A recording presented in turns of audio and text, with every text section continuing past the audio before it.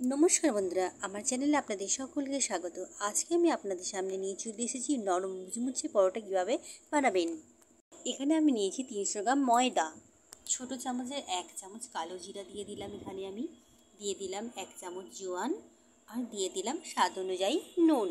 এখানে আমি বড় চামচে 4 চামচ তেল দিয়ে দিলাম, রিফাইন তেল। এটাকে দিয়ে আমি খুব সুন্দর করে মেখে দিলাম। দেখুন বন্ধুরা, এদিকে গরম জলটা রেডি হয়ে গেছে। এখানে জলটা খুব গরম করতে হবে না, হালকা গরম হলে চলে যাবে, যাতে আমি এটাকে হালকা হালকা গরমে মাখাতে পারি। দেখুন বন্ধুরা, এবারে আমি এটাকে খুব সুন্দর করে মেখে নেব।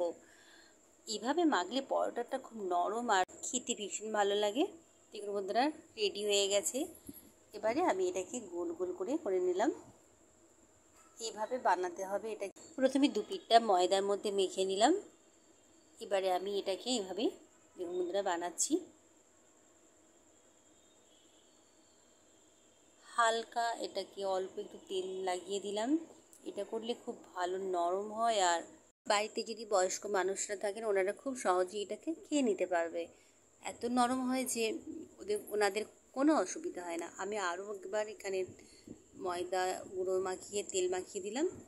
এভাবে আমি এটাকে বানিয়ে দিলাম। দেখুন বন্ধুরা, এটাকে আমি এভাবে বানিয়ে দিলাম। পরোটাটা বানানো হয়ে গেছে। বন্ধুরা, আমার ভিডিওগুলো কেমন হচ্ছে আপনারা কোনো কমেন্ট করছেন না, এটা আমার খুব খারাপ লাগে। আমি বুঝতেই পারি না আমার ভিডিওগুলো ঠিকঠাক হচ্ছে কি না। আমি আপনাদের কমেন্টের আশায় থাকবো। আর ভালো লাগলে নিশ্চয়ই লাইক করবেন, শেয়ার করবেন। এইভাবে আমি পরোটাটা ভেজে নিলাম।